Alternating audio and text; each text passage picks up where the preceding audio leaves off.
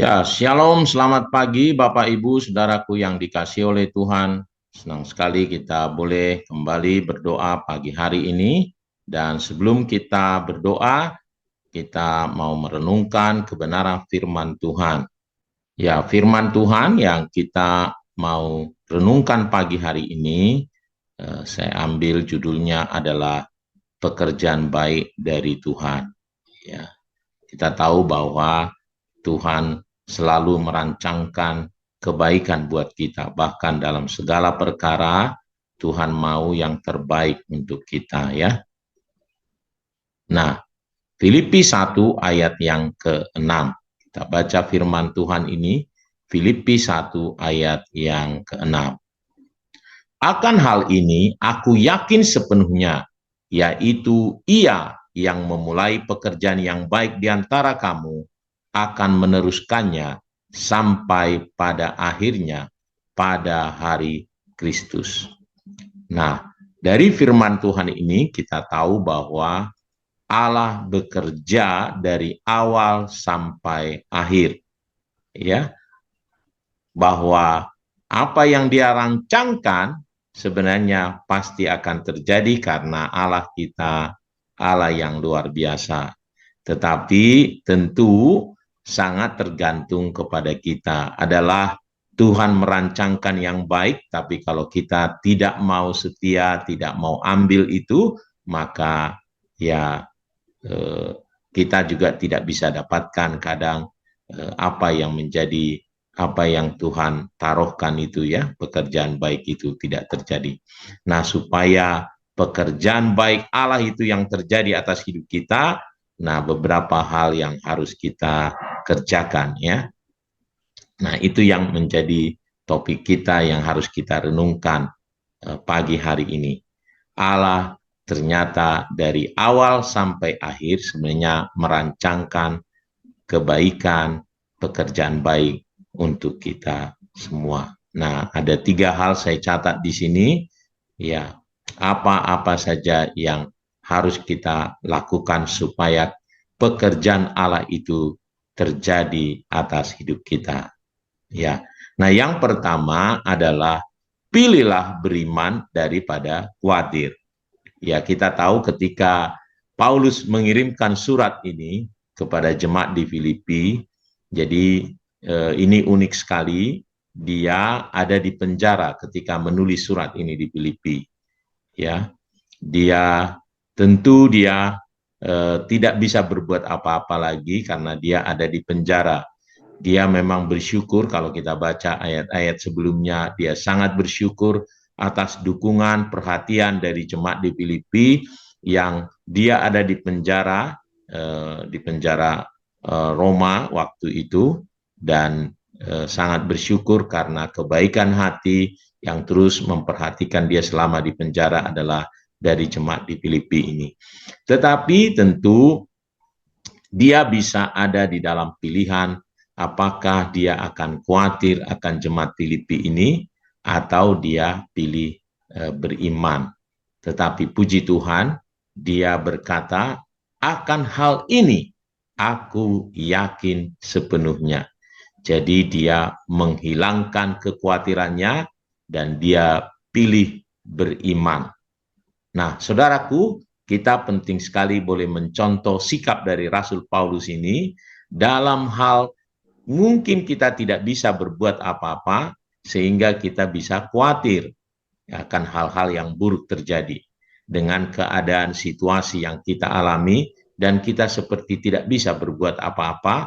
Kita bisa ada dalam 2 pilihan. Satu adalah apakah kita akan pilih khawatir atau pilih sebaliknya beriman. Ya. Nah, mari kita contoh sikap Paulus ini, dia pilih beriman. Ya, karena apa? Memang Amsal berkata, saudaraku ya, apa yang menggentarkan orang fasik, itulah yang akan menimpa dia. Tetapi keinginan orang benar akan diluluskan. Jadi kita penting sekali, lebih baik kita memilih beriman daripada khawatir. Mengapa ini penting juga, saudaraku? Karena energi yang kita keluarkan untuk khawatir, itu sama aja dengan energi yang harus kita keluarkan kalau kita beriman. Ya, bukannya lebih mudah khawatir daripada beriman. Memang beriman itu ngeri-ngeri sedap kadang. Ya, tetapi khawatir juga sama, nggak ada bedanya. Energi yang dikeluarkan untuk khawatir atau beriman sama saja. Bahkan kadang lebih parah akibat dari khawatir. Khawatir karena khawatirlah orang, karena takutlah orang, akhirnya mengkonsumsi obat, akhirnya kadang tidak kuat lagi dan akhirnya bisa mengakhiri hidupnya. Tetapi orang-orang beriman justru energi yang dibutuhkan mungkin sama, tetapi akibatnya adalah sukacita, kekuatan dari Tuhan. Oleh karenanya, mari kita lebih baik beriman, ambillah beriman daripada takut atau khawatir. Ya, yang kedua, saudaraku ya, yang kedua adalah bekerja samalah dengan Tuhan. Ya, kenapa? Karena Tuhan selalu merancangkan yang baik. Ia memulai pekerjaan yang baik di antara kamu, katanya, akan meneruskannya sampai pada akhirnya. Kita tahu kalau Roma 8 ayat 28, firman Tuhan katakan, kita tahu sekarang bahwa Allah turut bekerja dalam segala sesuatu untuk mendatangkan kebaikan bagi mereka yang mengasihi, mengasihi Tuhan kita, dan bagi mereka yang terpanggil sesuai dengan rencana Allah. Mari, karena kita tahu Allah turut bekerja, mari bekerja samalah dengan Tuhan untuk hal-hal baik yang terjadi atas hidup kita. Kita tidak boleh berdiam diri, tetapi Allah mau kita bekerja sama untuk pekerjaan Tuhan itu terjadi atas hidup kita. Hal-hal baik itu terjadi atas hidup kita. Kita harus terus melakukan hal-hal yang baik, menabur, bekerja dengan baik, untuk taburan-taburan yang baik supaya kita menuai yang baik. Nah, Allah kita sangat-sangat concern untuk pekerjaan yang baik itu, untuk hal-hal baik itu terjadi atas hidup kita. Tetapi tidak serta-merta terjadi kalau kita tidak merelakan diri kita bekerja bersama-sama, searah, senada dengan Tuhan kita itu. Mari kita bekerja sama dengan Tuhan untuk hal-hal baik itu terjadi atas hidup kita. Mari kita ditemukan orang-orang yang beribadah, melakukan hal-hal yang baik, melakukan firman Tuhan, bekerja sama dengan pekerjaan Tuhan sehingga hal-hal baik itu terjadi atas hidup kita. Nah, yang ketiga adalah mari serahkan hidupmu kepada Tuhan. Ya. Firman Tuhan berkata, banyak ini firman Tuhan supaya kita menyerahkan hidup kita kepada Tuhan, supaya apa? Penyerahan hidup kita itu yang membuat dia bertindak. Mazmur 37 ayat 5 berkata, serahkanlah hidupmu kepada Tuhan dan percayalah kepadanya dan ia akan bertindak. Ya, ada juga yang seringkali juga dipakai ya. Kalau kita angkat tangan katanya, maka Tuhan turun tangan. Tetapi kalau kita yang turun tangan, maka Tuhan angkat tangan. Jadi penting sekali kita betul-betul menyerahkan hidup kita kepada Tuhan. Bagaimana kita menyerahkan hidup kita kepada Tuhan? Ya, Roma 6 berkata, janganlah kamu menyerahkan anggota-anggota tubuhmu kepada dosa untuk dipakai sebagai senjata kelaliman, tetapi serahkanlah dirimu kepada Allah sebagai orang-orang yang dahulu mati, tetapi yang sekarang hidup. Dan serahkanlah anggota-anggota tubuhmu kepada Allah untuk menjadi senjata kebenaran.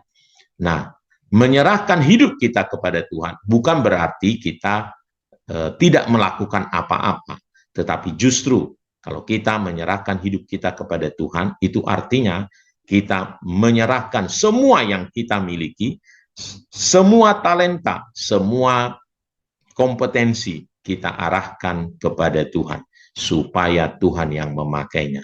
Itulah arti sebenarnya menyerahkan hidup kita kepada Tuhan. Sebabnya Rasul Paulus di kitab Roma ini menjelaskan, mari kita memberikan anggota-anggota tubuh kita dipakai untuk menjadi senjata-senjata kebenaran.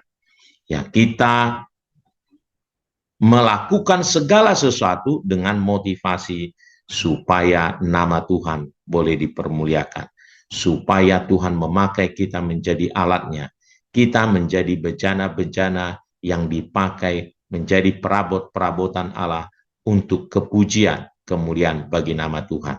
Itulah namanya menyerahkan hidup kita kepada Tuhan. Mari Bapak Ibu, alamilah pekerjaan yang baik, alamilah pekerjaan Tuhan yang tiada henti, dan menyelesaikan pekerjaan yang baik itu di dalam hidup kita dengan cara tadi, kita lebih baik memilih beriman daripada khawatir. Ya. Yang kedua adalah bekerja samalah dengan Tuhan supaya pekerjaan Allah itu terjadi atas hidup kita.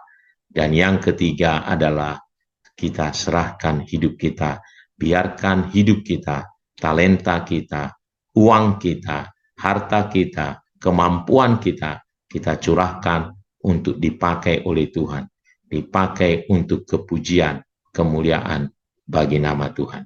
Mari kita berdoa datang kepada Tuhan.